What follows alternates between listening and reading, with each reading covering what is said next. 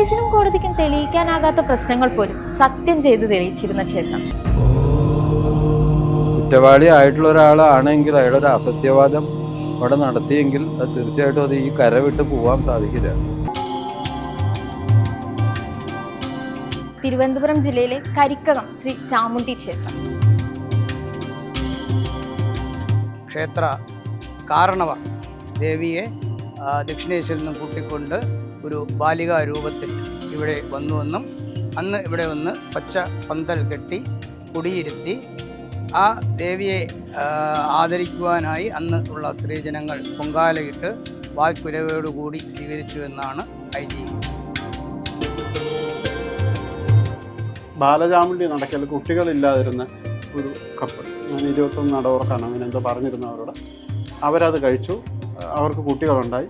ഈ പ്രാവശ്യം ആ കുഞ്ഞിനെ ഞാൻ തന്നെ എഴുത്തിനിരുത്താൻ എനിക്കൊരു ഭാഗ്യമുണ്ടായി ഇവിടെ വെച്ച്. ഒരു കാര്യം നടത്താൻ വേണ്ടിയിട്ടാണ് ഇവിടെ വന്നത്.